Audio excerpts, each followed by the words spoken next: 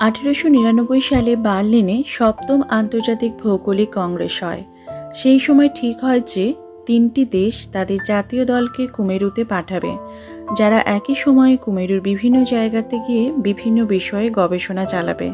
সেই পরিকল্পনা অনুযায়ী ব্রিটেনের রয়্যাল সোসাইটি ও রয়্যাল জিওগ্রাফিক সোসাইটির উদ্যোগে 1902 সালে কমান্ডার রবার্ট ফ্যালকন স্কটের নেতৃত্বে ডিসকভারি জাহাজ নিয়ে প্রথম অভিযানটি হয়। দ্বিতীয়টি হয় জার্মানি থেকে এরিক ভন ড্রাইগালস্কির নেতৃত্বে গাউস জাহাজ নিয়ে, এবং তৃতীয়টি সুইডেন থেকে নর্ডেনসিল্ডের নেতৃত্বে আন্টার্কটিক জাহাজ নিয়ে। এত চমৎকার দৃশ্য আমি কখনো দেখিনি। আমাদের পিছনে দিগন্তের উপরে সূর্য, সামনে বরফের চাদরের ওপরটা তীব্র সাদা, আর এর পটভূমি দূরে সমুদ্র ও বরফের ফাঁকগুলো দেখাচ্ছিল প্রায় কালো। বাতাস পড়ে গিয়েছে, আর একটি শব্দ আমাদের চারপাশের মৌনকে ভঙ্গ করছে না। তবু এই শান্তিময় নৈঃশব্দের অন্তঃস্থলে এক অদৃশ্য ভয়ঙ্কর শক্তি কাজ করছিল, যা এই বিশাল বরফের পরতটাকে সব থেকে পাতলা কাগজের মতো ছিঁড়ে ফেলছিল। আমাদের এই বন্দিশালার গরাদগুলো কেমন সেটা এতদিনে আমরা জেনে গিয়েছি। বারবার চেষ্টা করে দীর্ঘ একঘেয়ে মাইলের পর মাইল এই বরফের মধ্য দিয়ে কোনো মতে যেতে যেতে আমরা তো মর্মে মর্মে বুঝেছিলাম যে এই বিশাল হিমপ্রাকারের কি প্রচণ্ড শক্তি। আমরা জানতাম যে সব থেকে শক্তিশালী যুদ্ধ জাহাজও এই বাধার বিরুদ্ধে নিষ্ফল যুদ্ধ করে চূর্ণ হয়ে যেত। আর আমরা স্বচক্ষে দেখেছি যে 1 মিলিয়ন টন ওজনের হিমশৈলেও এই বাধার মুখে গিয়ে আটকে পড়ে। সপ্তাহের পর সপ্তাহ ধরে এই দুর্ধর্ষ শক্তির বিরুদ্ধে আমরা লড়াই চালিয়েছি, আর এখন কোনো বাক্য ব্যয় নেই, কোনো শক্তি ক্ষয় নেই, সব কিছু গলে যেতে শুরু করলো। তখনই জানলাম যে আর 2-1 ঘন্টার মধ্যেই এই বরফের কোনো চিহ্নই থাকবে না। মুক্ত সমুদ্র ঢেউ তুলবে হার্ট পয়েন্টে কালো পাথরের গায়ে। আন্টার্কটিকার অভিযানের ইতিহাসে এ এক নাটকীয় মুহূর্ত। স্কটের লেখা ভয়েস অব দ্য ডিসকভারি, যা থেকে ওপরের উদ্ধৃতি দিয়ে দিলাম, সেখানে এই দুঃসাহসী অভিযানের পুঙ্খানুপুঙ্খ বর্ণনা আছে। কমান্ডার রবার্ট ফ্যালকন স্কট আন্টার্কটিকায় 2টি অভিযান করেছিলেন। প্রথমটি হয়েছিল 1901 থেকে 1904 সাল পর্যন্ত 4 বছর। এটি সরকারি নাম ব্রিটিশ আন্টার্কটিক অভিযান, তবে ডিসকভারি অভিযান নামে অভিযানটি বেশি প্রসিদ্ধ। ডিসকভারি অভিযান আন্টার্কটিক অভিযানে একটা নতুন দিগন্ত খুলে দিল। আন্টার্কটিকার ইতিহাসে স্কটই নিঃসন্দেহে উজ্জ্বলতম চরিত্র। তিনি নিজে বিজ্ঞানী ছিলেন না, কিন্তু সব বিষয়ে তার ছিল গভীর জ্ঞান ও অদম্য কৌতূহল। তার ফলে তিনি তার দলের বিজ্ঞানীদের সব রকম গবেষণার সঙ্গে ওতপ্রোতভাবে জড়িত ছিলেন। তার 2টি অভিযান থেকে বিজ্ঞান যা লাভ করেছে তা এখনো পর্যন্ত যে কোনো একক অভিযানের থেকে অনেক বেশি। 1901 সালের ক্রিসমাস ইভ, অর্থাৎ আজ থেকে 120 বছর আগেকার ঘটনা। স্কটের জাহাজ ডিসকভারি সেদিন নিউজিল্যান্ড থেকে পাড়ি দিল আন্টার্কটিকার উদ্দেশ্যে। আন্টার্কটিকা পাড়ি দেওয়ার প্রথম বাধা হল কুমেরু বৃত্তের কাছাকাছি দক্ষিণ সমুদ্রের প্যাক আইস। সৌভাগ্যক্রমে 3-4 মধ্যেই এই প্যাক আইসের বাধা পার হয়ে ডিসকভারি এলো মুক্ত সমুদ্রে এবং অবশেষে পৌঁছে গেল আন্টার্কটিকার অ্যাডেয়ার অন্তরীপে। সেখান থেকে ভিক্টোরিয়া ল্যান্ডের উপকূল ঘুরে জাহাজ চলল। 1902 সালের 21শে জানুয়ারি স্কট পৌঁছালেন ম্যাকমার্ডো সাউন্ডে। তখন আন্টার্কটিকার গ্রীষ্মকাল। স্কট ভাবলেন এই উপসাগরের নিরাপত্তাতেই ডিসকভারি জাহাজকে রাখবেন শীতকালে, কিন্তু তখনও শীতের দেরি। তাই উপকূলের পাশ দিয়ে জাহাজ নিয়ে পূর্ব দিকে চললেন। রস যতদূর গিয়েছিলেন তারও পূর্ব দিকে খানিকটা পথ যাবার পর স্কট গিয়ে পড়লেন আন্টার্কটিকার এক অনাবিষ্কৃত অঞ্চলে। এই অঞ্চলের নাম দিলেন king Edward the seventh land. গ্রীষ্মের শেষ হয়ে আসছে দেখে স্কট ফিরে চললেন ম্যাকমার্ডো সাউন্ডে। সেখানে রস দ্বীপের একটা অংশ একটা লম্বা জিভের মতো সমুদ্রে বেরিয়ে এসেছে। এই উপদ্বীপের মুখে নোঙর ফেলল ডিসকভারি। ভয়েস অব দ্য ডিসকভারিতে স্কট লিখছেন, মেরুযাত্রার বর্ণনা লেখার প্রাথমিক লক্ষ্য হল ভবিষ্যৎ যাত্রার পথ সুগম করা। লেখকের প্রথম দায়িত্ব তার উত্তরাধিকারীদের প্রতি। বিজ্ঞানের ক্ষেত্রেই হোক বা অভিযানের ক্ষেত্রেই হোক, আমরা সাধারণত চাঞ্চল্যকর সাফল্যকেই বাহবা দিয়ে থাকি, কিন্তু ভুলে যাই যে প্রতিটি সাফল্যের পেছনে আছে পূর্বসূরিদের দুঃসাহসিক প্রচেষ্টা। আন্টার্কটিকা অভিযানে কী ধরনের খাবার নিতে হবে, কী ধরনের পোশাক নিতে হবে, স্লেজের ব্যবহার কেমন হবে, এইসব ছোটোখাটো কিন্তু অতি প্রয়োজনীয় ব্যাপারগুলো স্কটের অভিযানের আগে জানা ছিল না। এসব কিছু স্কটের দলকে ঠেকে শিখতে হয়েছিল। স্কট নিজেই স্বীকার করেছেন যে তাঁর ডিসকভারি অভিযানের খাবার দাবার, কাপড় চোপড় থেকে শুরু করে সব কিছুই ছিল অনুপযুক্ত। তাছাড়া ছোটোখাটো অনেক কিছুই তাদের ছিল অজানা। যেমন একদিন একদল স্লেজ নিয়ে গিয়েছিল অনেকটা দূরে, সেখান থেকে সেদিনই ফেরার প্রশ্ন ওঠে না। তাই ওরা বুদ্ধিমানের মতোই ঠিক করেছিলেন সেখানেই ক্যাম্প করার। সেখানে স্টোভ জ্বালিয়ে গরম খাদ্য খেয়ে স্লিপিং ব্যাগে শুয়ে থেকে পরদিন জাহাজে ফিরলেই হতো। কিন্তু স্টোভ জ্বালানো গেল না, তার উপর শুরু হলো ব্লিজার্ড বা তুষারের ঝড়। উপযুক্ত জামা না পরে শীতে কাঁপতে কাঁপতে ওরা ঠিক করলেন ঝড়ের মধ্যেই ফিরবেন জাহাজে। আন্টার্কটিকা অভিযানের অভিজ্ঞতা যার আছে তিনিই জানেন যে এই সিদ্ধান্ত নিছকই পাগলামি। অভিজ্ঞতার অভাবেই এই সিদ্ধান্ত ওরা নিয়েছিলেন। ব্লিজার্ডের মধ্যে কোনো কিছুই দেখা যায় না, তার উপর যেখানে ওরা যাচ্ছেন সেখানে আছে 1000 ফুট উঁচু বরফের খাড়াই দেয়াল। পরিষ্কার দিনেই সেখানে চলা বিপজ্জনক, আর ব্লিজার্ডের মধ্যে পরিশ্রান্ত অভুক্ত মানুষগুলো কি করে যে বারবার আছাড় খেতে খেতে আর গড়িয়ে পড়তে পড়তে শেষ পর্যন্ত জাহাজে পৌঁছল তা ভাবলেও অবাক লাগে। ভিন্স নামে একজন খাদে পিছলে নিচের হিমশীতল সমুদ্রে পড়ে প্রাণ হারালেন। হেয়ার নামে একজন নাবিক একটা পাথরের তলায় শুয়ে ঘুমিয়েই রইলেন 36 ঘন্টা। পরে তিনি জেগে দেখলেন তুষারে ঢাকা পড়ে আছেন, কিন্তু ফ্রস্ট বাইট বা অন্য কোনো শারীরিক ক্ষতি হয়নি। বলা যায় অলৌকিকভাবে বেঁচে গেলেন তিনি। তবে এই প্রাথমিক অভিজ্ঞতার অভাব থেকে অনেক কিছুই শিখেছিলেন স্কট ও তার সঙ্গীরা। ভুল ভ্রান্তি থেকে ঠেকে শিখে স্কট আন্টার্কটিক অভিযানের পদ্ধতিগুলোকে ক্রমে ক্রমে বুঝে গেলেন এবং পরবর্তী গ্রীষ্মের অভিযানের জন্য তৈরি হলেন। 1903 সালের 2 নভেম্বর স্কটের সঙ্গে উইলসন ও স্যাকেলটন যাত্রা করলেন দক্ষিণ দিকে। এ যাত্রাতে প্রতি পদক্ষেপে ছিল বাধার পর বাধা। স্লেজ টানার কুকুরগুলো একে একে অসুস্থ হয়ে পড়তে লাগলো। বোধ হয় কুকুরের খাবার হিসেবে যে নরওয়েজিয়ান মাছ আনা হয়েছিল সেগুলো খারাপ হয়ে গিয়েছিল। ফলে কুকুরগুলো একে একে সবগুলোই মরল বা তাদের মেরে ফেলতে হলো। তখন বাধ্য হয়ে নিজেদেরই সমস্ত লটবহর নিয়ে স্লেজ টানতে হলো।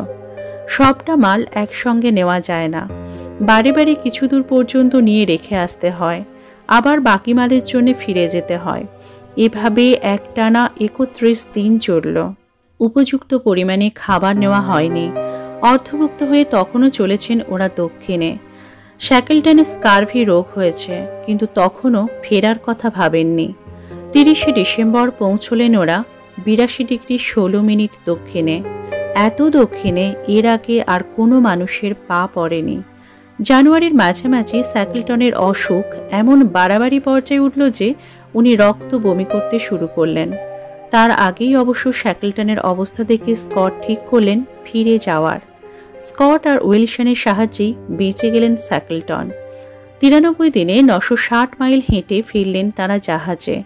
সে বছর যখন মর্নিং জাহাজ এলো বাৎসরিক রসদ জোগাতে, তখন স্কট স্যাকেলটনকে তার ইচ্ছের বিরুদ্ধেই ফেরত পাঠান স্বদেশে। অদম্য শ্যাকেলটন বিফল মনোরথে ফিরে এসেছিলেন বটে, কিন্তু পরে তিনি 2টি রোমাঞ্চকর অভিযান পরিচালনা করেছিলেন আন্টার্কটিকাতে।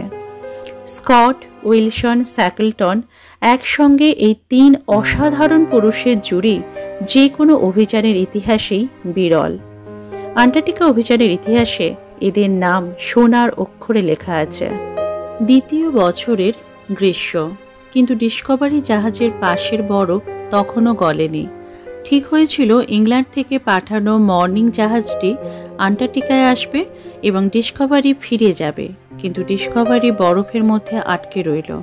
মর্নিং তার কাছে আসতে পারল না।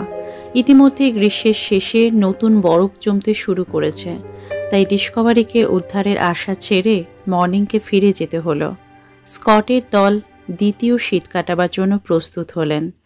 পরের বসন্ত ও গ্রীষ্মে আবার চলল বিভিন্ন অভিযান। গ্রীষ্মকালে প্রায় সব সময় সূর্যের আলো থাকত।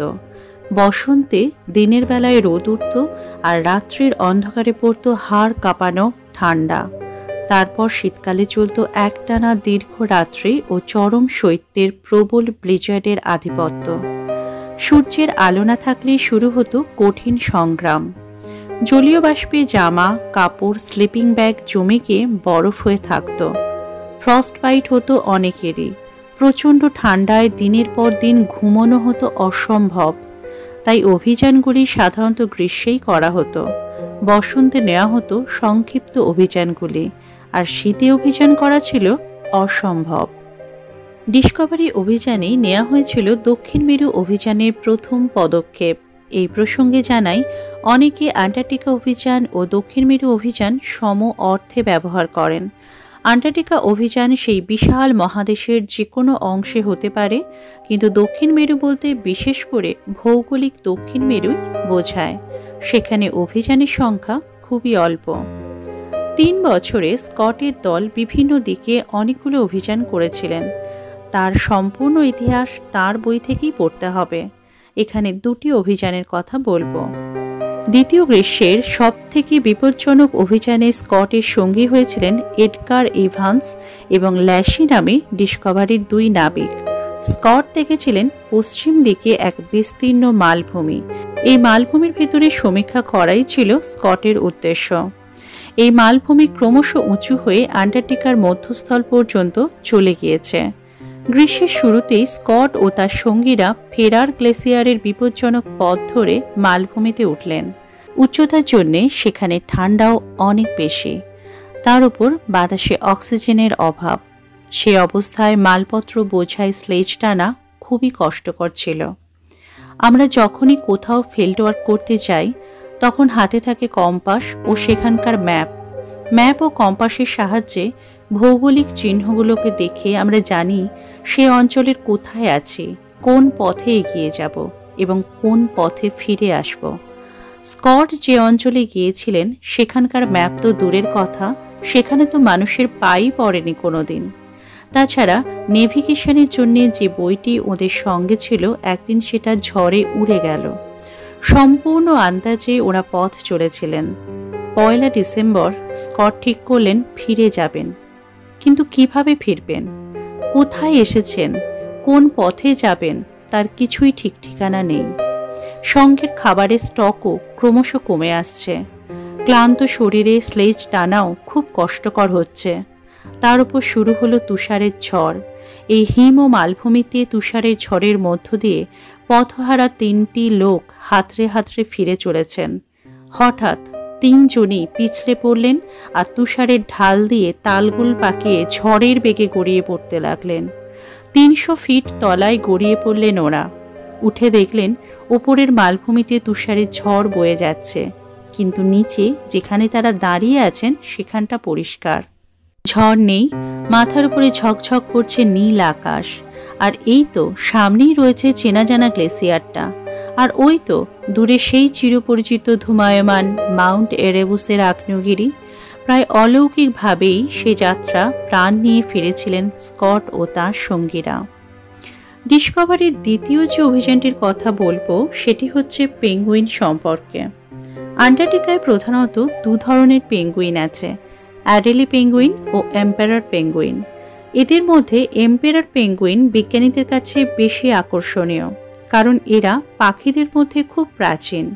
তাই পাখির বিবর্তনের ইতিহাস জানার জন্য এম্পারার পেঙ্গুইন নিয়ে বেশ কিছু গবেষণা হয়েছে।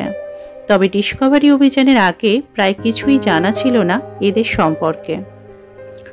স্কটের সঙ্গীরা একদিন মাউন্ট টেররের ঢাল বেয়ে সমীক্ষা করতে করতে এগোচ্ছিলেন।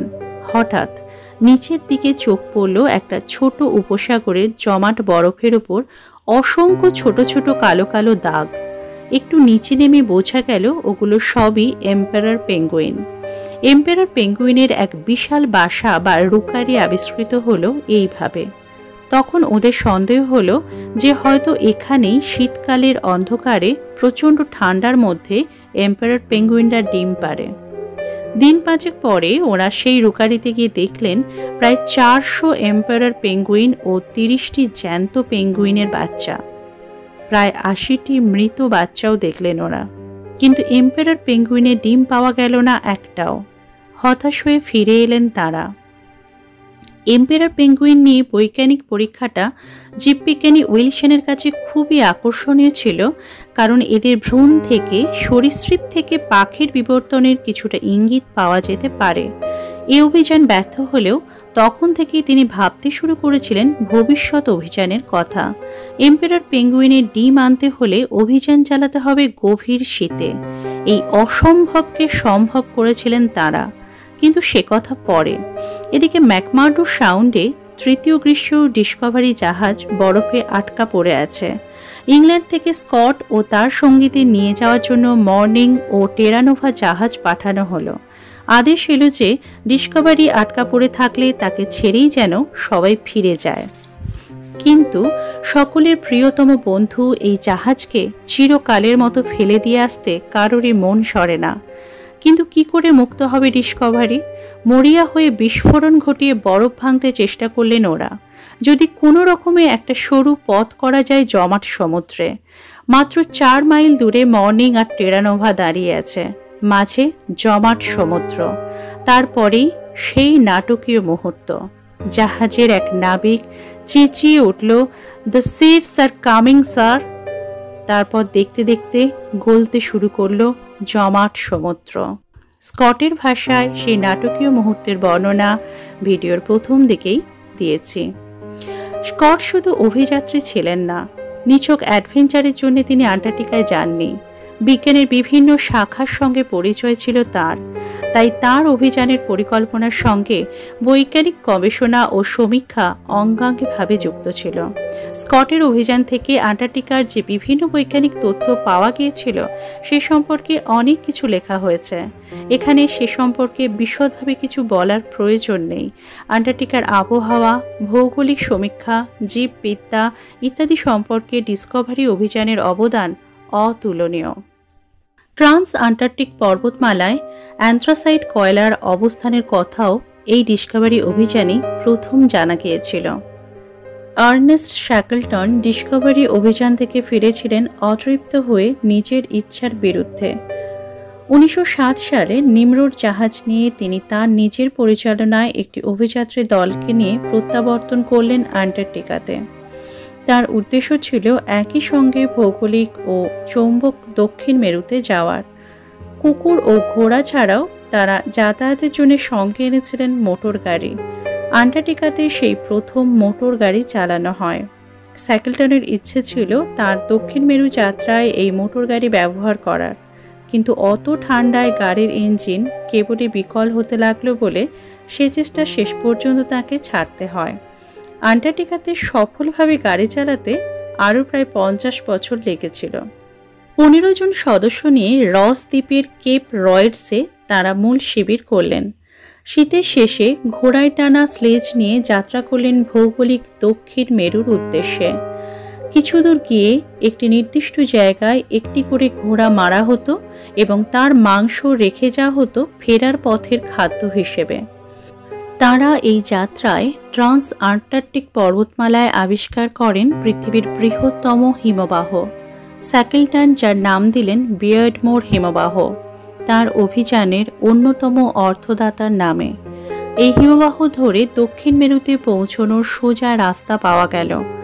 অসহ্য ঠান্ডা প্রচণ্ড হাওয়ার সঙ্গে লড়াই করতে করতে শ্যাকলটন ও তাঁর 3 সঙ্গী অ্যাডামস, মার্শাল ও ওয়াইল্ড 88 ডিগ্রি 23 মিনিট দক্ষিণ অক্ষাংশে পৌঁছলেন, যেখান থেকে অভীষ্ট লক্ষ্য আর মাত্র 97 মাইল দূরে। কিন্তু ইতিমধ্যেই তাদের শরীর ভেঙে পড়েছে অর্ধাহারে প্রচণ্ড ঠান্ডায়। শ্যাকলটন তাঁর জীবনের দুরূহতম সিদ্ধান্তটি নিলেন, ফিরে যাওয়ার। ডায়েরিতে লিখলেন, what ever regrets may be, we have done our best. আবার সেই 10,000 ফুট উঁচু শীতলতম মালভূমি দিয়ে অসহ্য ঠান্ডা আর তুষার ঝড়ের মধ্য দিয়ে দীর্ঘ 1800 মাইল ফিরে আসা, যখন শরীর আরও অশক্ত অথচ আবহাওয়া আরও নিষ্করুণ। স্যাকেলটনের দলের অন্য 3 জন সদস্য এজওয়ার্থ ডেভিড, ডগলাস মশন ও অ্যালিস্টার ম্যাকে যাত্রা করেছিলেন চৌম্বক দক্ষিণ মেরুর উদ্দেশ্যে। এই সঙ্গে ওই এলাকার ভূতাত্ত্বিক সমীক্ষা করারও পরিকল্পনা ছিল তাদের। ফেরার হিমবাহ দিয়ে তারা ভিক্টোরিয়া ল্যান্ডের দিকে যাত্রা করেন নিজেরাই স্লেজ টেনে। পথে অসংখ্য বরফের খাদ, অসহ্য ঠান্ডা, ঝোড়ো বাতাস এবং অপর্যাপ্ত খাবার তাদের দুর্বল করে দিয়েছিল। মৃত্যু অবশ্যম্ভাবী জেনে তারা একটি তাঁবুতে প্রিয়জনের উদ্দেশ্যে চিঠি লিখে রেখে আবার এগিয়ে চলেন অভীষ্ট লক্ষ্যে।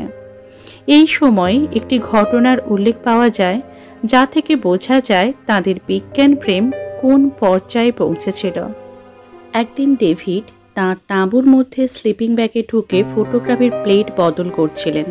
হঠাৎ শোনেন মশনের গলার আওয়াজ। প্রফেসর মশন মৃদুস্বরে জিজ্ঞেস করছেন ডেভিড ব্যস্ত কিনা। ডেভিড জানালেন যে তিনি ক্যামেরার প্লেট বদল করছেন। আবার কিছুক্ষণের মধ্যেই মশনের গলার আওয়াজ, জিজ্ঞেস করছেন প্লেট বদল করা হয়েছে কিনা। ডেভিড জানালেন হয়নি। কিছুকাল নীরবতা, তারপর আবার মশনের ডাক।